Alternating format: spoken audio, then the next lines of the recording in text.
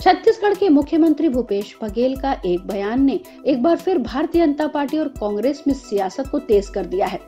छत्तीसगढ़ के मुख्यमंत्री भूपेश बघेल ने माफिया डॉन दाऊद इब्राहिम के मनी लॉन्ड्रिंग मामले में गिरफ्तार महाराष्ट्र के मंत्री नवाब मलिक की गिरफ्तारी को लेकर केंद्र की मोदी सरकार पर हमला बोला है।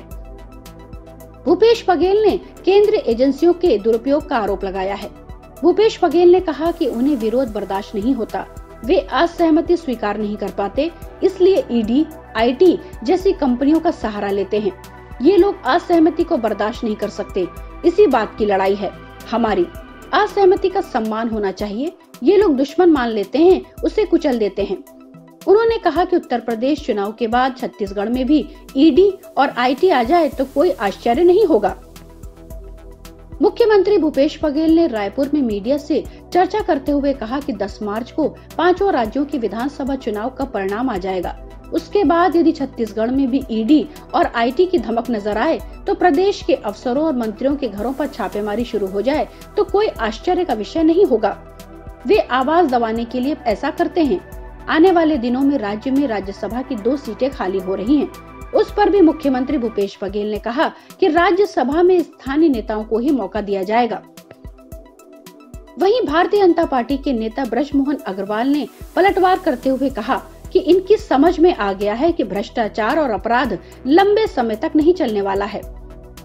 खाद की समस्या को लेकर भी केंद्र सरकार पर निशाना साधा गया है। खाद की समस्या को लेकर भारतीय जनता पार्टी के प्रदर्शन करने पर मुख्यमंत्री भूपेश बघेल ने कहा कि केंद्र की भारतीय जनता पार्टी सरकार जनता को ऑक्सीजन नहीं दे पा रही है तो खाद और बीज क्या देगी। हम तो चाहते हैं कि छत्तीसगढ़ भारतीय जनता पार्टी के नेता प्रदर्शन करें, हम उनका स्वागत करेंगे। वे केंद्र सरकार से मांग करें कि खाद बीज उपलब्ध करवाएं। भारतीय जनता पार्टी पर भूपेश बघेल ने तंज कसते हुए कहा, अभी कुछ दिनों से पेट्रोल डीजल के दाम स्थिर हैं। देखिएगा उत्तर प्रदेश चुनाव के बाद पेट्रोल और डीजल की कीमतों में भी वृद्धि होगी। बता दें, नवाब मलिक एनसीपी के बड़े नेता हैं। महाराष्ट्र राज्य सरकार में मंत्री नवाब मलिक पर कथित मनी लॉन्ड्रिंग और टेरर फंडिंग के संलिप्तता के आरोप लगे हैं। उन पर आरोप है कि वो अंडरवर्ल्ड डॉन दाऊद इब्राहिम से संबंधित जमीन डील से जुड़े रहे हैं।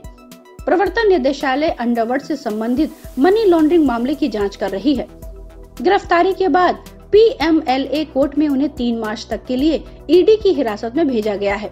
हालांकि इस दौरान उन्हें घर का खाना और जरूरी दवाइयां मिलती रहेंगी।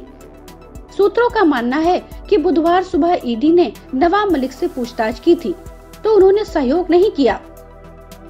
नवाब मलिक फिलहाल ईडी के दफ्तर में 8 दिनों तक हिरासत में रहेंगे और फिर 4 मार्च को सुनवाई होगी। Bureau report, public news.